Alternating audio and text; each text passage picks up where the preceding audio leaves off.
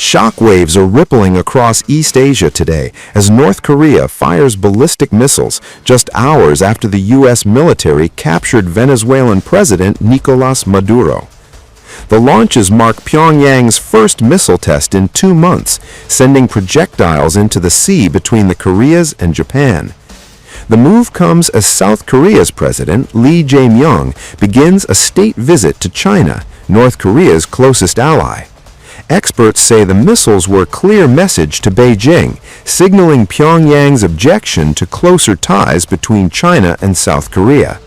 At the same time, analysts say the tests demonstrate North Korea's readiness to respond aggressively, contrasting its nuclear and military posture with Venezuela's current crisis.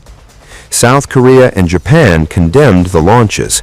Seoul convened an emergency security meeting, urging Pyongyang to halt provocative acts that violate United Nations Security Council resolutions.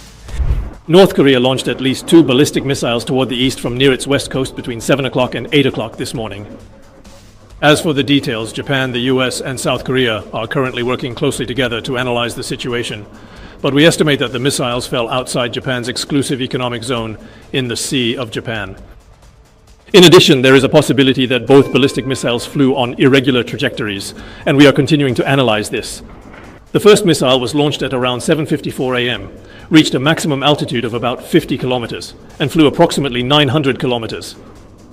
The second missile was launched at around 8:05 a.m., reached a maximum altitude of about 50 kilometers, and flew approximately 950 kilometers. Regarding this launch, our country lodged a stern protest and strongly condemned North Korea through the embassy route in Beijing. Whatever their intentions may be, North Korea's nuclear and missile development threatens the peace and stability of our country and the international community, and is absolutely unacceptable. The Ministry of Defense will continue to make every effort to gather information, analyze and conduct surveillance and monitoring of North Korea's military activities, working closely with the United States and other partners. The missiles, launched around 7:50 a.m. local time, flew approximately 900 to 950 kilometers. Meanwhile, North Korea's leader, Kim Jong-un, has ordered a doubling of tactical guided weapons production, following multiple factory visits and oversight of missile tests ahead of the 9th Party Congress, which will outline major policy goals for the regime. South Korea hopes Beijing will help promote peace on the peninsula as Lee Jae-myung prepares to meet Chinese President Xi Jinping during his state visit. Analysts say the unusually short interval between meetings signals China's interest in boosting economic collaboration, even as relations with Japan remain tense over Taiwan. With tensions rising from Pyongyang to Washington, the Korean peninsula remains on high alert as missile tests, nuclear ambitions, and global geopolitics collide. North Korea has carried out another high-profile weapons drill, test-firing 2 strategic long-range cruise missiles in what it described as a demonstration of nuclear combat preparedness amid rising regional tensions. According to the state-run Korean Central News Agency, KCNA, the launches were conducted on Sunday over the Yellow Sea, west of the Korean peninsula, under the direct supervision of leader Kim Jong-un. The exercise was aimed at assessing the combat capability and counter-offensive readiness of long-range missile units as Pyongyang continues to warn against what it views as escalating military pressure from the United States and South Korea. KCNA reported that the cruise missiles remained airborne for more than 2 hours before accurately striking their designated targets at sea. State media released footage showing the missiles being launched and impacting targets, underscoring what officials described as the reliability and effectiveness of the weapons system. Kim Jong-un expressed great satisfaction with the results of the drill and reiterated his commitment to the unlimited and sustained development of North Korea's nuclear combat forces, according to the report.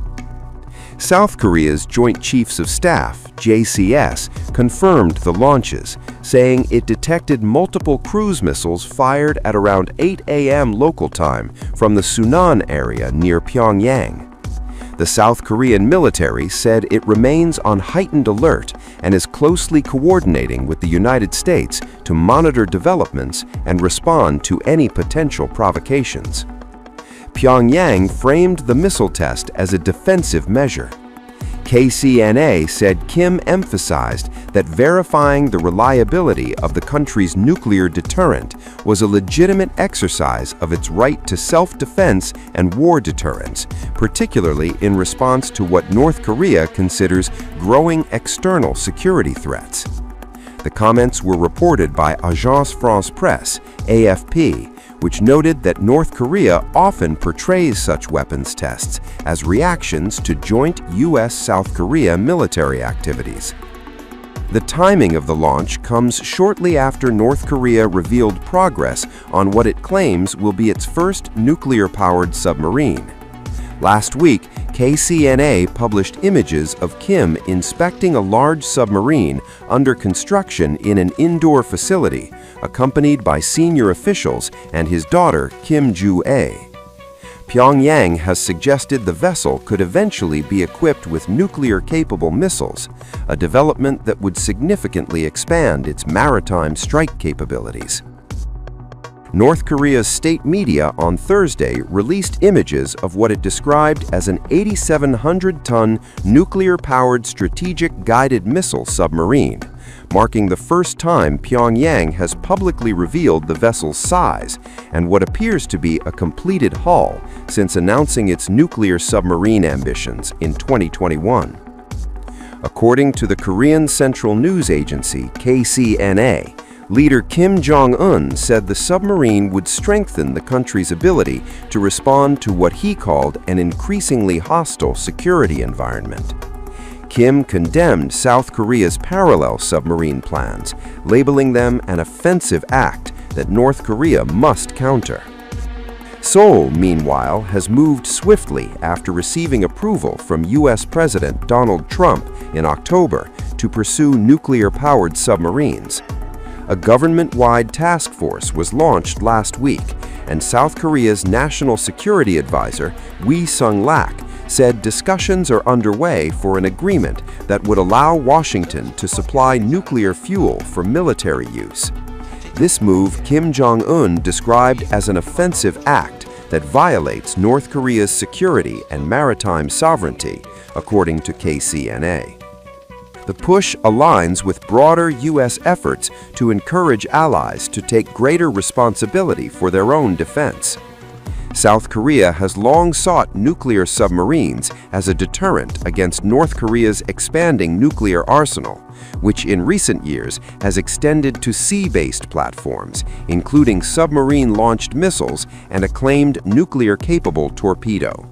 The drill also takes place ahead of a ruling Workers' Party Congress expected early next year, the first in 5 years. Analysts say the meeting could signal new policy directions, including North Korea's stance toward the United States and the future of stalled nuclear negotiations. While United Nations Security Council resolutions ban North Korea from testing ballistic missiles, cruise missile tests are not explicitly prohibited. However, security analysts caution that such weapons still pose a serious threat due to their precision and low-altitude flight profiles, which make them harder to detect and intercept. The latest launch underscores Pyongyang's continued efforts to expand its military leverage as it weighs the possibility of renewed talks with Washington following the collapse of negotiations in 2019 during U.S. President Donald Trump's first term.